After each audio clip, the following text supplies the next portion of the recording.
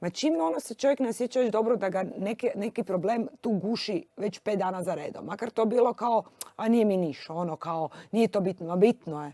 Bitno je reći. Možda ne treba odmah ići stručnoj osobi, ali bitno nekom sebi bliskom reći kom vjerujete. Onda ako vas to muči za mjesec i 2, onda otići možda do doktorice, do liječnika opće, to jest obiteljske medicine, a nakon toga i stručna pomoć. Mislim, nisam sad da dajem stručne savjete, ali bitno je nešto što vas tu guši. To stalno o tom razmišljate.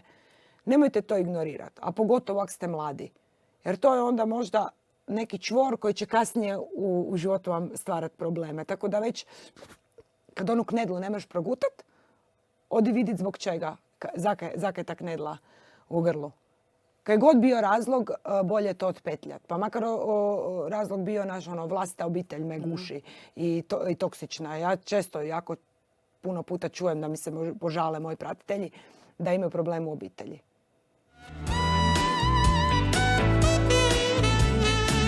Psiholog i ja.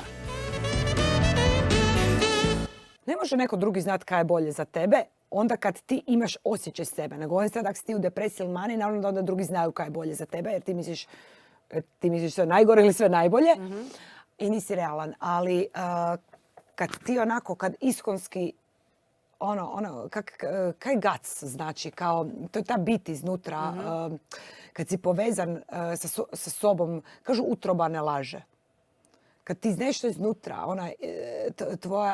tvoj instinkt, tvoje ja, tvoja bit ti nešto govori, onda to je tako. I ako tebi taj put ne da ići nekome na krizmu, tebi se s razlogom nekom ne da ići na krizmu. Mislim, sad je to banalni primjer, ali ja kažem, oprosti, ja ne idem. Ovaj vikend, ja kažem da ja ne idem.